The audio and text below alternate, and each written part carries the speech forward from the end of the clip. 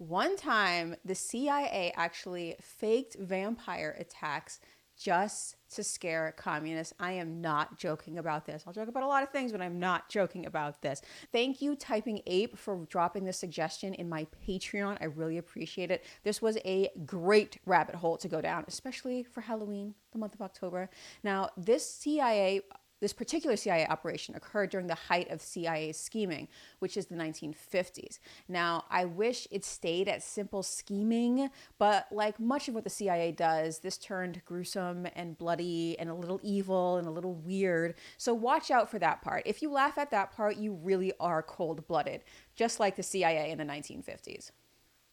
Do you think that granddaddy CIA, the CIA from the 1950s, would look at the modern CIA with absolute shame? Like, you got soft. You really let Iran out scheme you. Gentle Parenting did this. And they'll take out their belt to whip you, but they can't because they're ghosts. Whatever.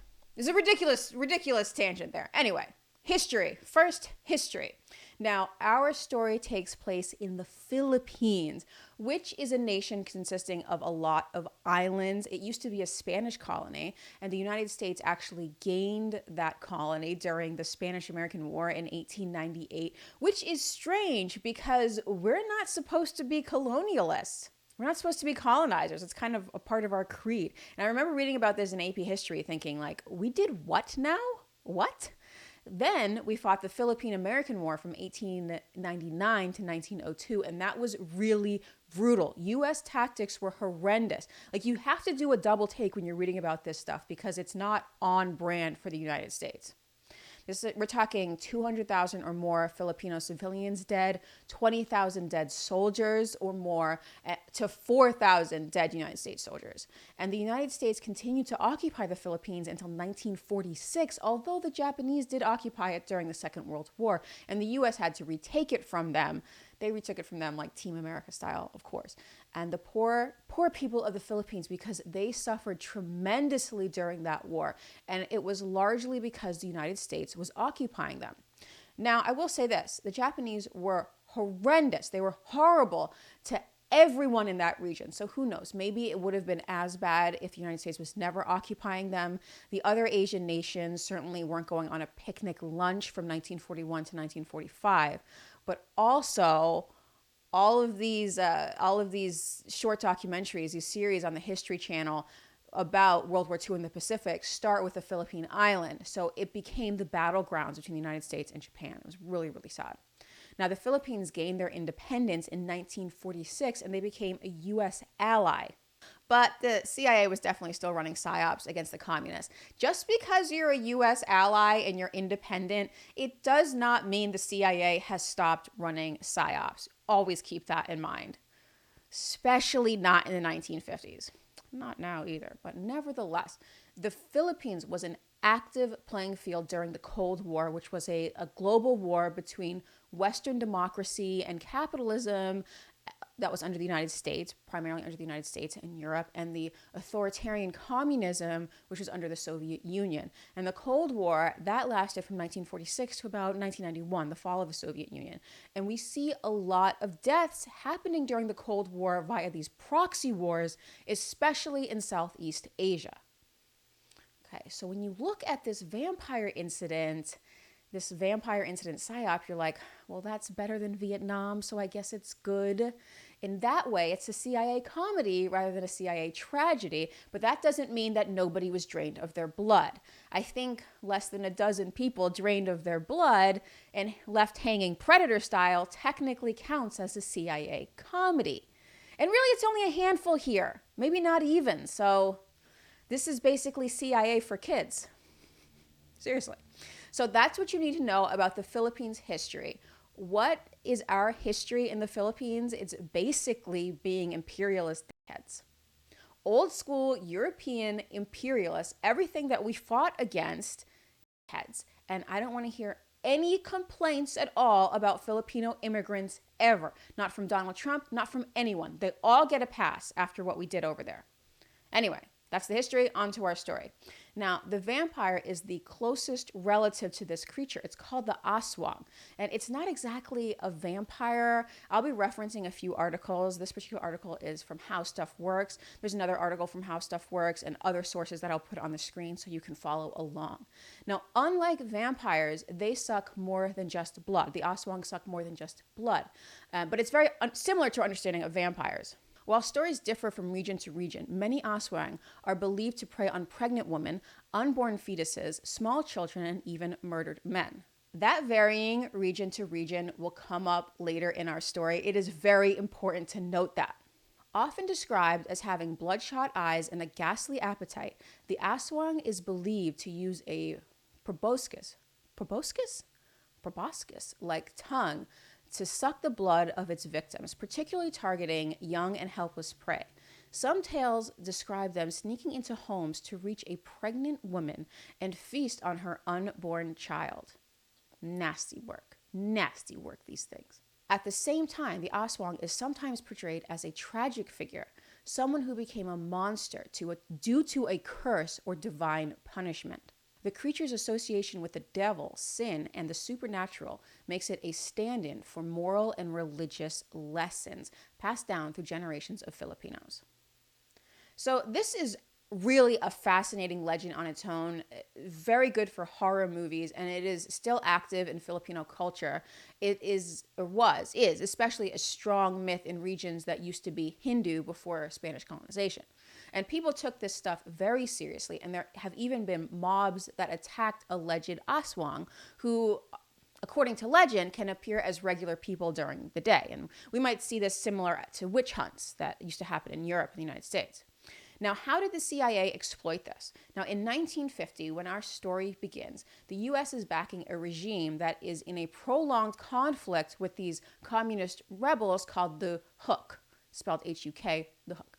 The Cold War was an ideological battle between two competing worldviews. We discussed, think Protestant versus Catholic, but with machine guns and psyops. So that's fun. Anyway, the U.S. sent a man called Edward Lansdale to the Philippines. Edward Lansdale. Now, Lansdale was a marketing executive turned Air Force officer who was recruited by the Office of Strategic Service, which later became the CIA. It was the OSS in the Second World War, et cetera, et cetera. I won't go into it here. But this is from the article. My orders were plain, wrote Lansdale. The United States government wanted me to give all help feasible to the Philippine government in stopping the attempt by the communist-led Hooks to overthrow that government by force. My help was to consist mainly of advice where needed and desired. All right, goes beyond that, but it was up to me to figure out how best to do this. Conventional military men think of combat psy-war almost exclusively in terms of leaflets or broadcasts, appealing to the enemy to surrender, he continued. Early on, I realized that psy-war had a wider potential than that. You see, Lansdale thinks outside the box. That's why he was the motivation for two fiction novels about guerrilla war in Southeast Asia. One is called The Quiet American, and the other is called The Ugly American. So his New York Times obituary is actually fascinating stuff. Now, this particular passage here is about a book by William Bloom. Lansdale's team conducted a careful study of the superstitions of the Filipino peasants living in Hook areas, wrote Bloom. Their lore, taboos, and myth were examined for clues to the appropriate appeals that could wean them from supporting the insurgents. Now, according to Bloom, one of Lansdale's tactics was to fly over Hook-controlled areas in light aircraft and broadcast mysterious curses in Tagalog on any villagers who offered help to the Hook soldiers. The tactic reportedly succeeded in starving some Hook units into surrender. Now, that is apparently a variation of a World War II tactic where they would learn the names of German officers and then call out over loudspeakers, so-and-so, if you do not surrender, you will die tomorrow. So they called them out by name. And that is a major mindfuck. And maybe it turned into a self-fulfilling prophecy. Or else, if the enemy was completely rational and just thought very clearly, they would see it for what it was, which was psychological warfare, and realize that it had no greater meaning than that. But who thinks thinks rationally? That is so boring. Apparently, this tactic was very successful, and that's why they repeated it in the Philippines. Now, this is according to Lansdale, because if you pull off a psyop like this, you gotta brag about it. Now, a squadron of Hook fighters were terrorizing a village, so this is what they did. The Psy War squad set up an ambush along the trail used by the Hooks. When a Hook patrol came along the trail, the ambushers silently snatched the last man of the patrol, their move unseen in the dark night. They punctured his neck with 2 holes, vampire fashion, held the body up by the heels, drained it of blood, and put the corpse back on the trail. When the Hooks returned to look for the missing man and found their bloodless comrade, every member of the patrol believed that the Aswang had got him and that one of them would be next if they remained on that hill. When daylight came, the whole Hook squadron moved out of the vicinity. So they took the last guy of the squad, they killed him, they drained his blood, and they left his corpse on display, Predator style. Now, to me, it's just a prank up until that point. It's like, we're having fun. Then you gotta go murder somebody and exsanguinate the person. So that's when it gets very real. It's not really a prank anymore. Maybe by CIA standards, it's a prank. But anyway, now what this article points out is that they didn't believe in that kind of Aswang in that area. They had the kind that caused miscarriages, not the kind that drains blood. Now, Jordan Clark, he runs the Aswang Project. It's a website that researches Filipino lore and compiles the myths of that area. It's a really good website, actually. Now, he says that it is very possible that the Hook knew that this was CIA and they were just like, yo, the CIA is crazy. We are not messing with them. And then they bounced, which I understand. I know this is brutal and this is grim, but it is possibly hilarious to me in that way. Like, the CIA guys are desecrating this body, thinking that they're tricking the Hook, and the Hook are just like, yo, Americans are monsters, literal monsters, worse than the Aswang. Okay. So that is the weirdest ish I have heard in a minute. The CIA really is the stuff of nightmares, and I hope they have mellowed out. I really hope they have mellowed out, because this is messed up. This is really messed up. And they do stuff still that's kind of like this. Like when you go through their missions, the ones they release at least, there's still some very shady, like borderline supernatural stuff in there. And I'm like, well, what are they keeping secret then if they're releasing this? But you know what? Nobody reads. The CIA will release thousands of pages of documents and literally nobody will read them. And the CIA, they're funny as hell. Like, not funny, haha, because they will exsanguinate a person, but funny like, y'all funny. And you know we're illiterate. Anyway, thank you, and I will see you next week.